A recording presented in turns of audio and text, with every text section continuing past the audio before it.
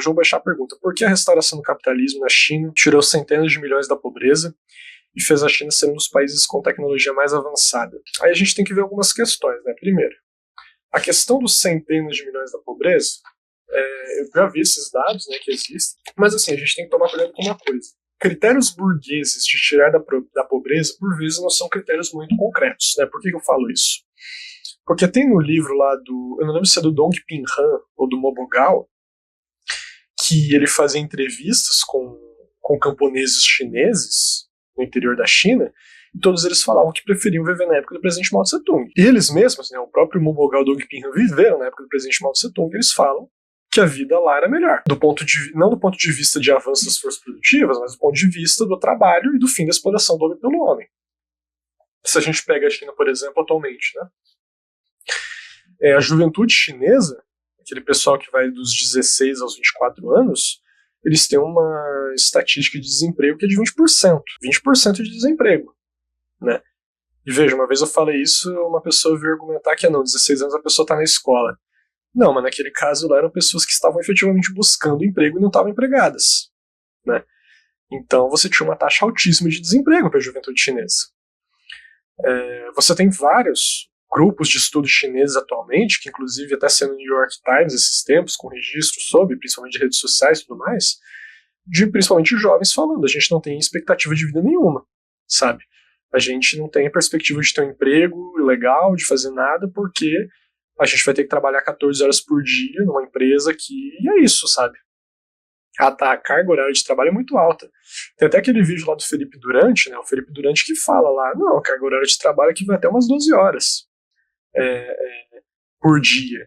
Então, assim, é disso que a gente está falando? O pessoal trabalha 12 horas por dia para enriquecer o Jack Ma, e aí isso é qualidade de vida? Sim, efetivamente, o nível de consumo geral aumentou.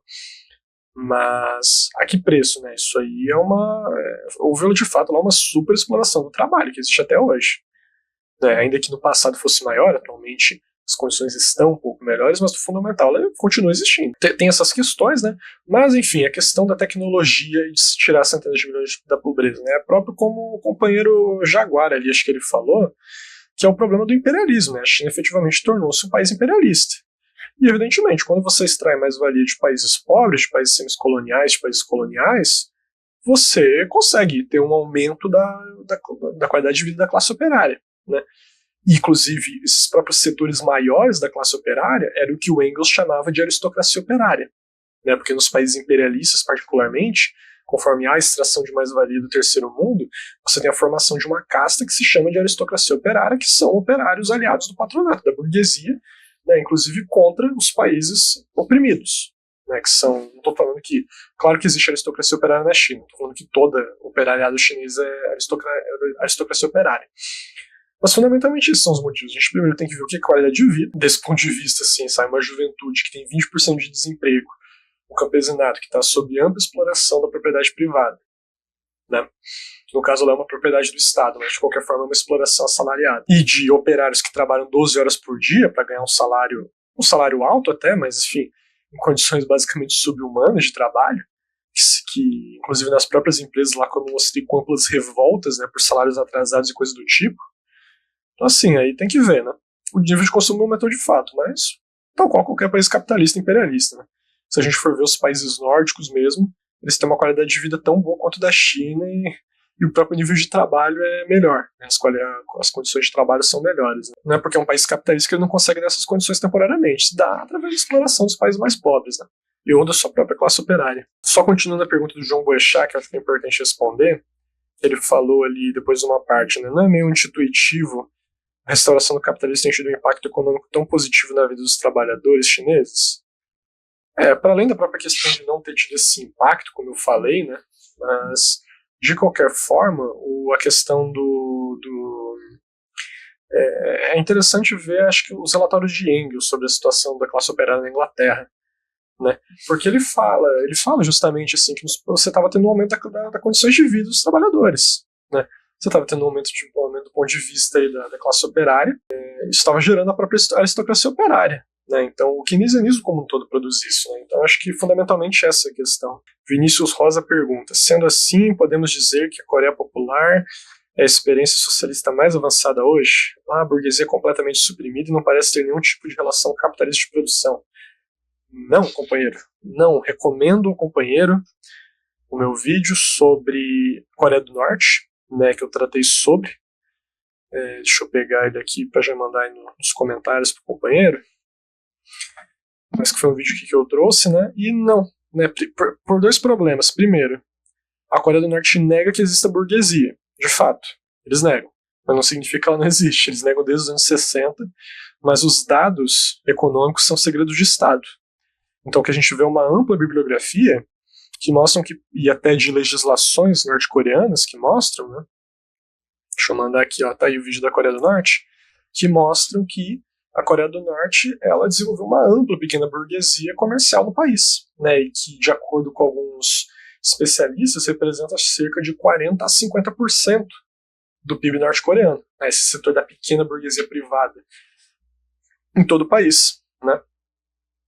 Então, de fato, existe, né, essa burguesia que se desenvolve, nesse caso particular em forma de pequena burguesia, mas que existe uma relação ali de tolerância benigna, então tipo assim, o governo coreano finge que eles não existem, mas ao mesmo tempo dão políticas que melhoram a condição dessa classe, né, não restringem ela.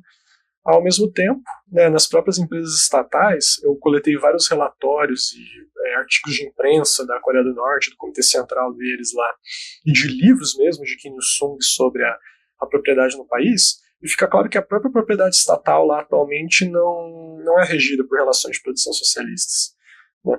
O diretor de fábrica ela tem a função de um CEO, basicamente, né? Desde que eles foram estudar lá na China as reformas chinesas, né? Particularmente o Kim Jong-il, né, que foi na China estudar as reformas, desde então vem sendo implementadas, né, a maior autonomia do diretor de fábrica para controlar os lucros, né, para controlar o acordo do produto social, e o próprio comitê do partido está sendo cada vez mais retirado. Né. É isso, né, sobre a Coreia. O companheiro jovem Black Sabbath pergunta: acredito que existe um déficit teórico do balanço das organizações maoístas sobre as experiências e revoluções anti-imperialistas e anticoloniais que aconteceram no século XX. Você acredita que isso se verifica? Não acho, assim. Não tem nada muito minucioso analisando isso, né, de cada país particularmente, mas eu acho que existem vários materiais muito interessantes sobre o assunto, né, que já trazem uma perspectiva geral, né, porque a cada caso foi tratado de tal forma e tudo mais. Por exemplo, o caso de Moçambique teve uma especificidade muito grande. Né, o caso de Moçambique foi um caso que os dirigentes de Moçambique basicamente quase afirmavam que eram seguidores do maoísmo, assim, né?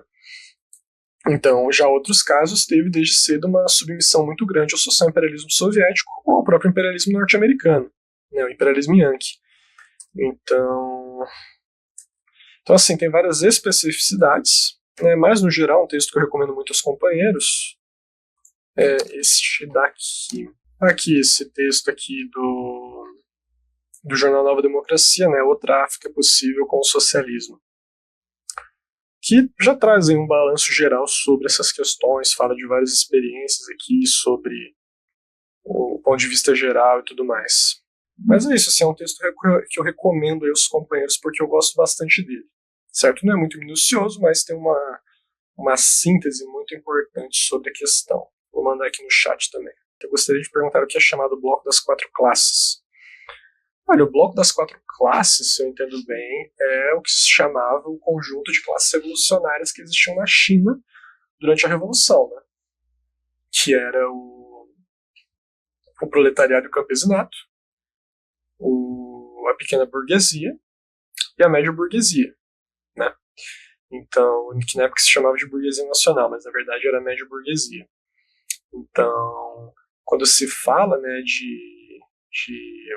desse bloco de quatro classes, é simplesmente um conjunto de classes revolucionárias. Né? A gente tem que lembrar que a Revolução Chinesa ela foi primeiro uma revolução democrática. Né? E durante os anos 50 se verificou que os setores da média burguesia aceitaram ser integrados ao socialismo. Né? Então foram integrados de forma... deixaram de ser burgueses e tornaram-se trabalhadores, né? Tornaram-se proletários. Pararam de administrar as fábricas, né? Então, nesse sentido, partes da média burguesia apoiaram o socialismo, justamente por isso. É isso que o presidente Mao, o Partido Comunista da China, chamava como bloco das 4 classes, né? Um conjunto de classes revolucionárias no decorrer da Revolução. Para entender melhor essa questão dessas classes, né, eu recomendo que os companheiros leiam a apresentação da revista O Comunista. É um texto que destaca aqui as 6 leis da Frente Única do presidente Mao e trata a relação com todas as classes, né, a relação com o campesinato, com a pequena burguesia, com a burguesia nacional, com a grande burguesia, em meio à Revolução Democrática. Eu acho que é um documento muito importante para os companheiros estarem lendo aí também, né, que é o que destrincha aqui as 6 leis da Frente Única do presidente Mao Tse Tung.